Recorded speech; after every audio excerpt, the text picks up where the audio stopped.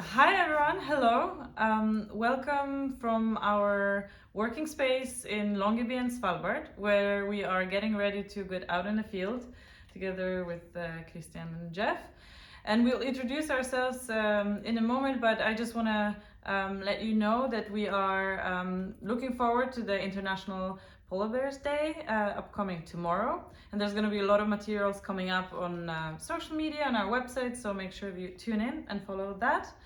For anyone not knowing, Polar Bears International is the only non-governmental organization solely dedicated to conserving wild polar bears and the sea ice, so the environment that they depend on. As I mentioned, I'm here with Christian and Geoff. My name is Joanna. I'm a biologist, researcher with Polar Bears International.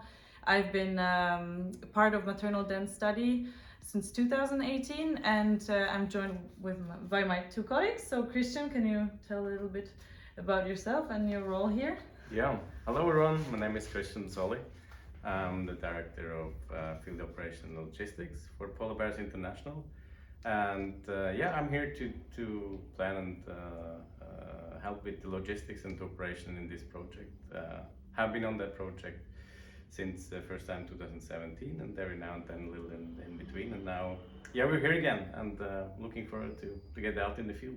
We've been actually working together in various environments, polar environments, so that's pretty cool to have Christian with me, because we've been colleagues in all kinds of cold locations, and it's really nice to be here together now. And Geoff, can you tell us about your role and your background? My name is Geoff York. I'm the Senior Director of Science and Policy at Polar Bears International. I've been working on polar bears for 24 years now, and in the Arctic for almost 30. And a little quick history on this project is it actually started in Alaska back in the early 2000s when several of us were still working for the US government at the time. And that went on to 16 consecutive years of den monitoring in that part of the Arctic with very different equipment. Originally starting with people watching bears, which we quickly understood to be bears watching people watching bears. So we've shifted now to much more high-tech remote equipment that Joanna will show us here in a little bit. And that project moved from Alaska to Svalbard in 2018 there. And so we're here to get the project going, and if weather holds, we'll be out flying tomorrow. Yeah, and before we move on to the equipment, maybe Christian, could you give us a little more of a background for those of you who are not familiar with Svalbard? Why is this area of interest, and why are we studying polar bears here on Svalbard? Yeah, it's a good question. Svalbard is far up north in the high Arctic in Norway, and it provides wild polar bears with both tanning area and resting area in the summer, and of course has a huge impact. And what the sea ice situation, current sea ice situation change is affecting it, and we are gonna study this, and that's why we're here. And it's also close to, it's very easy accessible also in terms of logistics. Yeah. It's accessible from the mainland Norway. There's logistics here. We can work together with local researchers and the local research institutions like the Norwegian Polar Institute. Yeah, and I think over the course of the week we'll be tuning in with our work, and maybe we can talk then a little bit more about what has to happen for us to actually see a polar bear mother come out from a den and without being there in person, and how do we find bears in the first place. I think these are nice questions to follow up on. But we can jump into the equipment that we're using actually. And I would like to start with, thank you, Geoff. Cameras that many of you may be familiar with. So this is something that we call camera traps, but I know they're called trail cams as well. This is a commercially available piece of equipment that can be programmed in order to take pictures on a time lapse. We take pictures every minute. That gives us a nice idea of the environment and makes sure that we are not missing out on any behavior that is happening around as well of the den, because this is also a broad, wide angle, and we are setting at least 3 of those cameras in every location. And in addition, we have finest piece of work, which is a Maternal mini den cam, and these are custom made well-protected cameras that can record continuously high resolution footage with long lenses that are installed. And here in looking through this see-through panel. And that means that we can get out into the field, leave those cameras in Arctic conditions, and Arctic spring is really as harsh as it gets. And when someone picks up this setup month or two later, we actually have continuous observation of polar bear then ready to be analyzed later.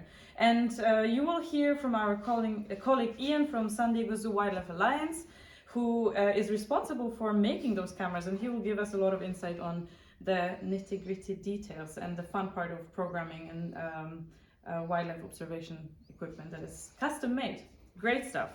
So maybe just to show a little bit of the logistics that we have in order to work out there in the Arctic environment and stay safe and make sure that we're productive but also come back in one piece. Christian, could you show us some of the stuff that we are taking with us and that is necessary to work in Svalbard? Yeah, sure. So we can start a bit with how we actually do get out in the field. So this year we are traveling out in the field by helicopter. And if you're going on a helicopter, you can follow with me. I can show you what we are going to be wearing on the helicopter transport. We're going to use some insulated immersion suits in case we will land in the water, but we are not going to do that, hopefully.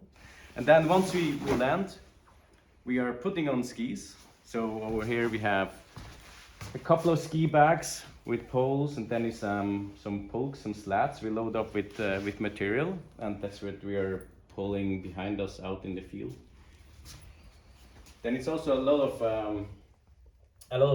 additional safety equipment in case we are the weather conditions are changing rapidly and we are stuck in the field. We have also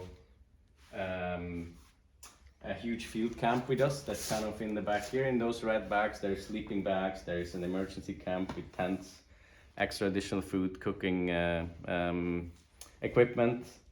And here also in the background, what you also can see, there is some solar panels which are going to power up the battery bank on the mini den cam, which just Joanna introduced a minute ago. And maybe last but not least, we can point out our sugar stack and full of good cookies and nuts and dried fruit, and that will keep us going when we are out in the field. That is actually one of the more, there's not the most important equipment, everything needs to be packed, but that is actually what makes me feel quite excited. And altogether, all of this with the field gear and all the survival gear is about 450 kilos of gear that we're taking out in the helicopter for each deployment. I was thinking that this would be we can make you guess what weighs how much later on as well. But I think this is a nice introduction for you all. If you're interested, then make sure that to follow our reports or our updates from the field in the coming days. And we are looking forward to getting out. We are hoping to have the first set of cameras out in 2 days. So we will be talking about it later in the week. Thank you very much for tuning in. And I hope to see you later this week as well.